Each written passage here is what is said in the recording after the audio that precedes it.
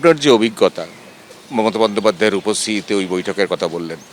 এই একসঙ্গে ২০ জন এমপির এই জোটবদ্ধ হওয়ার প্রক্রিয়াটা কিভাবে হলো? মানে তারা সবার মধ্যে যে ক্ষোভ আছে আপনি বলছেন, সেই ক্ষোভগুলো একত্রিত হলো কিভাবে? আমি জানি না কার সঙ্গে, মানে আমি ওখানে গিয়ে অনেকের সঙ্গে দেখা হয়েছে। আচ্ছা, এ আছে আমি জেনেছি।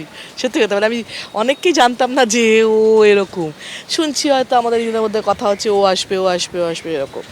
কেউ কারোর সঙ্গে যোগাযোগ করছে, কেউ কারোর সঙ্গে যোগাযোগ করেছে, এরমভাবে হয়েছে। মানে কেউ একজন দায়িত্ব নেয়নি। তার ফলে বুঝতে পারছি না যে সব ক্ষোভগুলো এক হয়েছে। হ্যাঁ, কারণগুলো এক হয়েছে।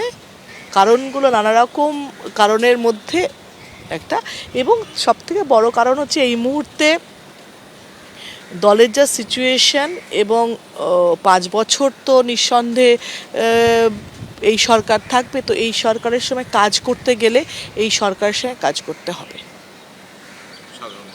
হ্যাঁ, কারণ আপনি আপনার এলাকাতে এখন ৩ বছর আছেন, সেই ৩ বছর যে কাজ করবেন, যদি আপনি সরকারের সঙ্গে না থাকেন, স্টেট গভর্নমেন্টের সঙ্গে। আর এটা তো সুবিধে হচ্ছে, ধরুন আজকে স্টেট আর সেন্ট্রালের সুবিধে কি হচ্ছে, যে স্কিমগুলো আমাদের নেওয়া হতো না সেগুলো এখন নেওয়া হবে, টাকাগুলো আসবে, ডেভেলপ হবে, এবং ওরা বারবার ডবল ইঞ্জিনের সুবিধা। ডবল ইঞ্জিনের সুবিধে। মানে আমি আগে যেটা মাইনাস পয়েন্ট ভাবতাম, এখন তো দেখছি হ্যাঁ প্লাস পয়েন্ট। এবং শুভেন্দু বারবার একটা কথা কিন্তু বলছে, ডেভেলপ দেখবেন কি করি। তো আলটিমেটলি সবাই রাজনীতি করে, যে যাই বলুক যে এর জন্য রাজনীতি ডেভেলপমেন্টের, তাই একমাত্র রাজনীতি। সো ডেভেলপমেন্ট যদি যে করবে তার সঙ্গে সবাই থাকা উচিত।